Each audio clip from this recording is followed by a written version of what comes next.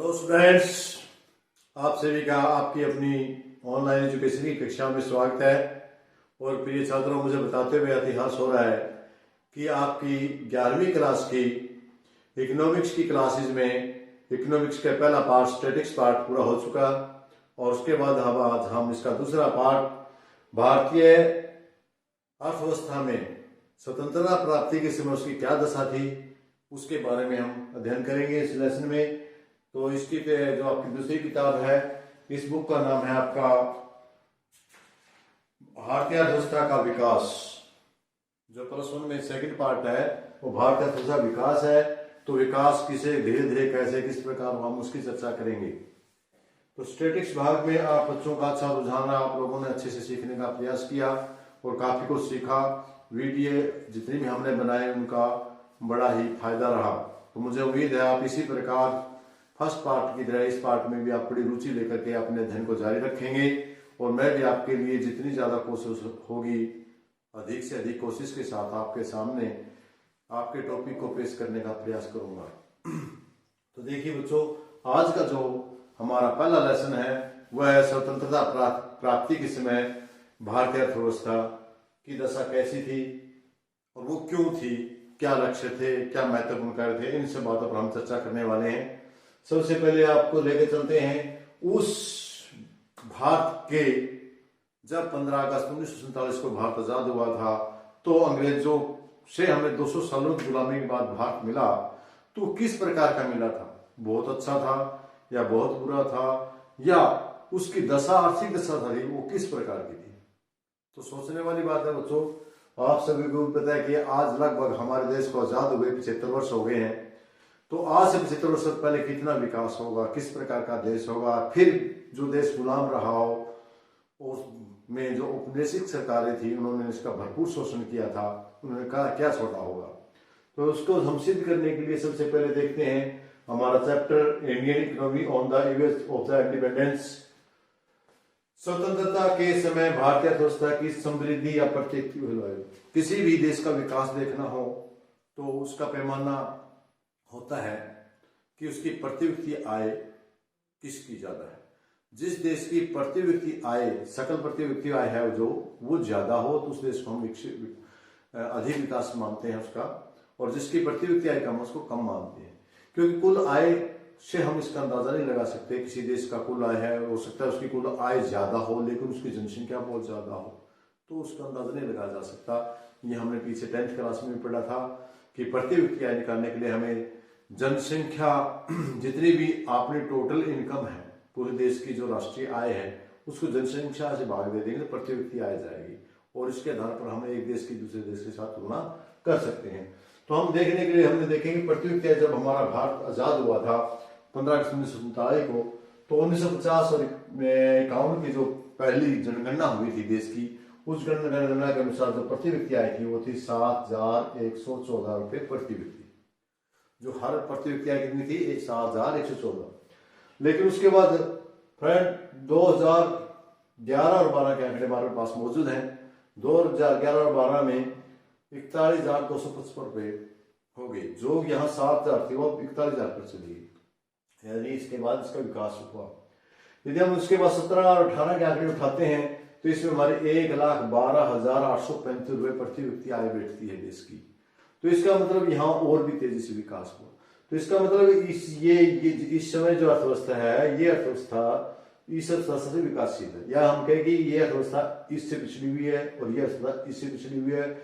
संक्षेप में हम कह सकते हैं कि भारत आजाद हुआ वो अर्थव्यवस्था पिछड़ी हुई अर्थव्यवस्था थी।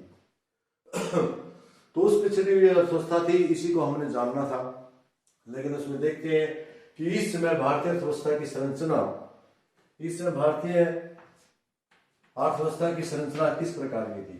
मेरे छात्रों, उस समय भारत देश में प्राथमिक क्षेत्र, द्वितीयक क्षेत्र, तृतीयक क्षेत्र, 3 भागों में हम उस देश की संरचना आर्थिक व्यवस्था को बांट सकते थे।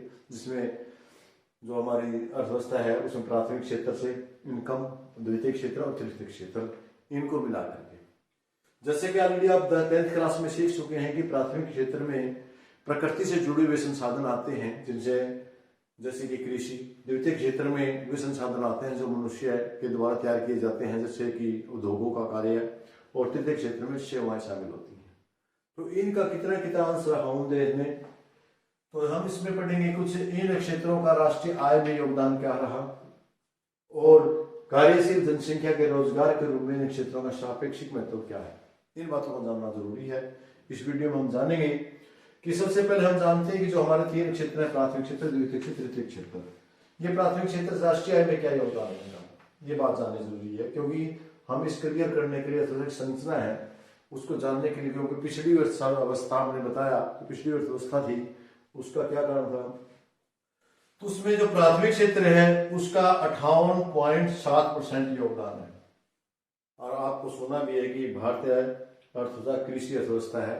भारत है ग्रामीण एरिया में रहने वाले 80% लोग भारत में ग्रामीण क्षेत्र में रहते हैं और वो खेती बाड़ी करते हैं।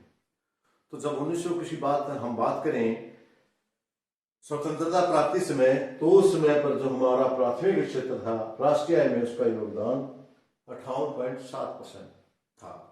इसके बाद हम द्वितीय क्षेत्र की बात करते हैं। जो उद्योग है ये बड़े पिछड़े हुए थे उस समय में, क्योंकि जो प्राकृतिक संसाधन है, कच्चा माल है, विदेशी माल देश से लूट कर ले जाते थे, अपने देश में ले जा करके उसे अपनी टेक्नोलॉजी से परिवर्तित करके महंगे दामों पर भारतीय बाजार में बेचते थे और इस प्रकार भारत का शोषण करते थे। तो लेकिन हमारे पास इतने उद्योग नहीं थे। भारत में कहा जाता है कि उस समय में सुई तक नहीं बनती थी, सुई बनाने के लिए विदेशों से बनकर आती थी। तो लेकिन यहाँ हम बात करते हैं दूसरा क्षेत्र जिसका नाम है द्वितीय क्षेत्र, जिसमें उद्योग आते हैं। इनका योगदान बहुत कम था, 14.3%। और इसके बाद तीसरा आता है सेवाएं, नौकरी। इस मामले में नौकरी में बहुत कम थे, लेकिन उद्योगों की अपेक्षा कुछ ठीक था। 27% का योगदान था राष्ट्रीय आय में, क्योंकि उसमें भी भारतीय लोग अंग्रेजों के सभी नौकरी करते थे या दूसरे प्रकार के नौकरी करते थे। तो नौकरी में कुछ लोग थे, इसलिए इसका योगदान 27%। अब हम देखते हैं कि प्राथमिक क्षेत्र के जो हमारे प्राथमिक क्षेत्र में जो आते हैं वो हमारा 72.7% योगदान है, जो कि हमने बताया कि राष्ट्रीय आय में योगदान है। स्वतंत्रता के समय भारत में व्यावसायिक वितरण किस प्रकार का था उसकी हम एक तालिका जान लेते हैं। उसको जानने के लिए हम सबसे पहले प्राथमिक क्षेत्र में जानते हैं जो 72.7% है। इसमें कृषि का जो हल कृषि का है वो 50 योगदान है। और उसके बाद यदि हम खेती और मजदूर की बात करें, श्रमिक की बात करें तो 19.7 है। और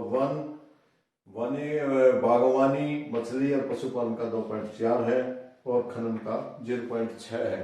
ये हमारे प्राथमिक क्षेत्र के बात ही व्यावसायिक वितरण जब हमारा भारत देश आजाद हुआ या स्वतंत्रता के समय व्यावसायिक क्षेत्र पर यह था।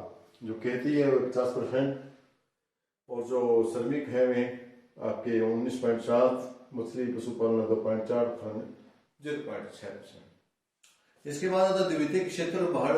द्वितीय क्षेत्र में व्यावसायिक क्षेत्र कैसा था, ये था आपका स्वतंत्रता समय भारत में व्यावसायिक वितरण में प्राथमिक क्षेत्र। नंबर 2 पे क्या आता आपका, नंबर 2 पे द्वितीय क्षेत्र, जिसमें हम द्वितीय क्षेत्र को क्या किस नाम से जानते हैं, द्वितीयक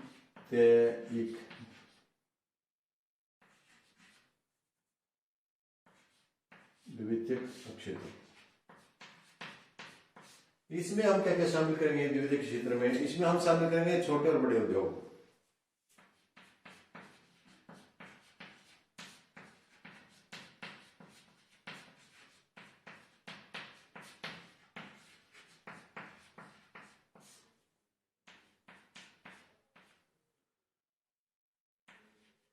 और नंबर 2 पे छोटे बड़े उद्योग करेंगे। नंबर 2 पे भवन निर्माण।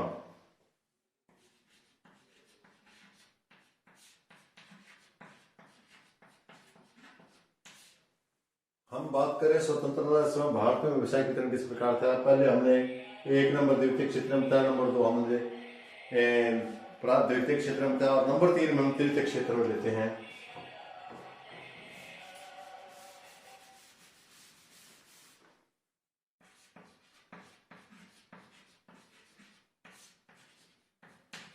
तृतीय क्षेत्र में क्या क्या शामिल है? तृतीय क्षेत्र में नंबर 1 व्यापार और वाणिज्य,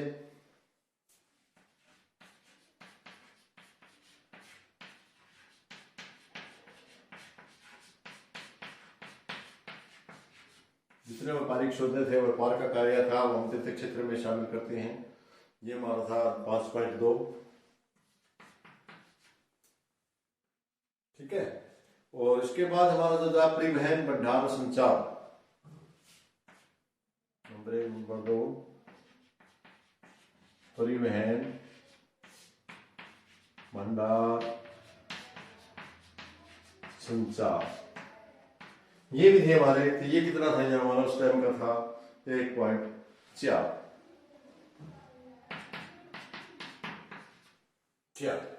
और उसके बाद जो अन्य सेवाएं थी, 10.6।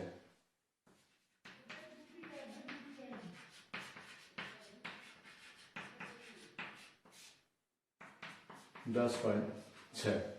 और इस प्रकार का टोटल देखेंगे आप तो सारा का सारा 100% हो जाता है। तो इस प्रकार आज के इस टॉपिक में हमने समझा कि भारतीय अर्थव्यवस्था जब भारत आजाद हुआ तो किस प्रकार की थी।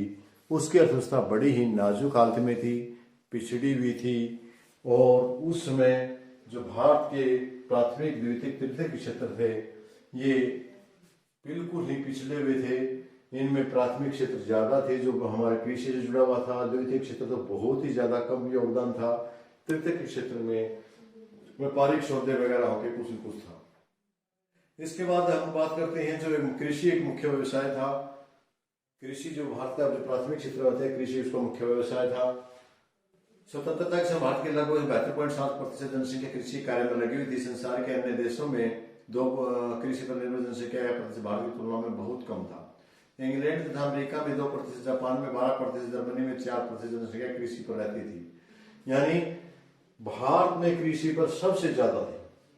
कृषि क्षेत्र में भारत में सबसे ज्यादा कृषि और कृषि के क्षेत्र पर रहने वाले में जनसंख्या पिछड़ी है। दुनिया के जितने भी देश हैं भारत की अपेक्षा कम ही कृषि पर निर्भर थे।